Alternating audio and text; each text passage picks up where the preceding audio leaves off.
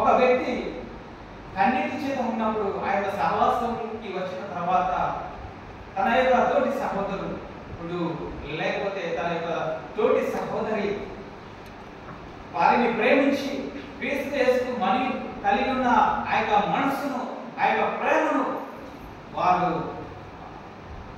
పంచుకుంటారు కాబట్టి వారిలో సంతోషం పరిపూర్ణము చేయబడుతుంది. కాబట్టి ప్రియమైన సహోదరుడా సహోదరి, మనము క్రీస్తు యేసుకు కలిగి ఉన్న ఆ యొక్క మనసును కలిగి ఉందాం. ఆ క్రీస్తు యేసుకు కలిగి ఉన్న ఆ మనసును కలిగి ఉండి మన యొక్క సంతోషము పరిపూర్ణమన్నట్టుగా మన సహోదరులందరికీ ఆ యొక్క సంతోషమును ఆ యొక్క సహవాసం ద్వారా తెలియపరుస్తాం. అప్పుడు దయారసము అనగా మన తోటి వ్యక్తుల పట్ల చాలి ప్రేమ అనేది ఎంతో ఉన్నతంగా వెదజల్లబడుతుంది. ఆ యొక్క దయారసం అనేది ఎంతో ఉన్నతంగా ఉంటుంది.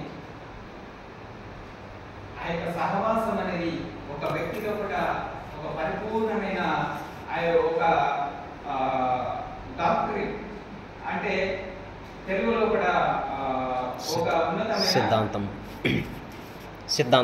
ఓకే థ్యాంక్ యూ అన్న. నేను తెలుగులో కొంచెం అన్ని మంచిగా ఒక ఉన్నతమైన సిద్ధాంతము తీసుకొని వస్తుంది. ఆ యొక్క సహవాసం అనేది ఒక ఉన్నతమైన సిద్ధాంతం తీసుకొని వస్తుంది, ఒక దయారసము తీసుకొని వస్తుంది, ఒక ప్రేమ, ఒక కనికరము తీసుకొని వస్తుంది. కాబట్టి ఆ యొక్క సహవాసము ఎక్కడ ఉంది అంటే క్రీస్తు యేసు పాదాల మధ్య మాత్రమే, పాదాల యొద్ద మాత్రమే ఉంది. ఆ యొక్క సంఘంలో మాత్రమే ఉంది. మరి సహవాసం కలిగి మన కుటుంబంతో ప్రార్థించాలి. కొన్నేళ్ళు ఎప్పుడైతే తన కుటుంబంతో సహవాసం కలిగి ప్రార్థించాడో ఆ యొక్క కొన్నేళ్ళకి వర్తమానం పంపబడాలి దేవుని ద్వారా. కొన్నేళ్ళకి ఏ వ్యక్తి, ఏ దర్శనం కూడా, ఏ తోటి సహోదరుడు కూడా వెళ్ళి ప్రార్థించక ముందు కొన్నేళ్ళి భయభక్తులు కలిగి, దేవుడి ఎడల ప్రేమ కలిగి, దేవుడుకున్న మనసును కలిగి, దేవుడు చేసే కార్యములను తాను కూడా అనుసరిస్తూ తన యొక్క ప్రేమన చేత తాను దేవుడికి ప్రార్థన చేస్తున్నప్పుడు ఎంతో అద్భుతంగా పరలోకంలో నుండి దేవుడు తొంగి చూస్తాడు. ఉదయకాలంలో మనము ఒక మాట చదువుకున్నాం. ఏమని చదువుకున్నాం? కీర్తనలో కూడా వివేకం కలిగి దేవుని వెతుకువారు కలరేమునని యెహోవా ఆకాశంలో నుండి నరులందరినీ తొంగి చూసెను. కాబట్టి మనం ఇక్కడ ఉన్నాం. ప్రియమైన సహోదరుడా సహోదరి, మనం ఇక్కడ ఉన్నామంటే మన మనసులో దేవుడు ఉన్నాడు. ఏ విధంగా దేవుడు మన మనసులో ఉన్నాడంటే ఒక ఆత్మ ఉన్నాడు. మనం సేవించే దేవుడు ఆత్మ ఉన్నాడు. ఆయన మరి మూడవ రోజు తిరిగి లేచిన తర్వాత మళ్ళా తన తండ్రి యొద్దకు వెళుతూ ఆయన అంటున్నాడు, నేను నా యొక్క ఆత్మను మీకు ఇచ్చుచున్నాను, ఈ లోకం ఇచ్చినట్టుగా కాదు, కానీ నా యొక్క ఆత్మను మీకు ఇచ్చుచున్నాను, మీ యొక్క హృదయములను కలవరపడనీయకుడి. కాబట్టి ఆయన మాటను ఒకసారి జ్ఞాపకం చేసుకుందాం. యోహాను సువార్త 14వ అధ్యాయం.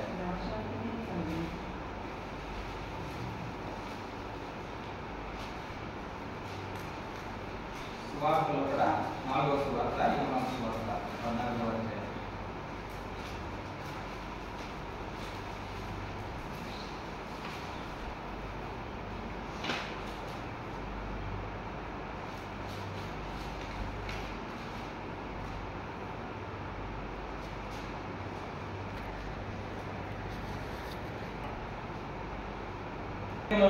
కలవరపడనీయుడి, దేవుని యందు విశ్వాసం ఉంచున్నారు, నా యందు విశ్వాసం ఉంచుడి.